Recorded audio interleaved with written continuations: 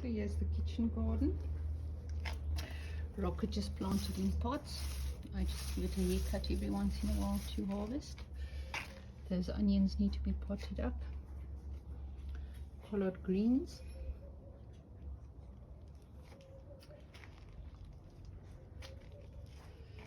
And this is Malabar spinach, and the fig tree threw off all its leaves.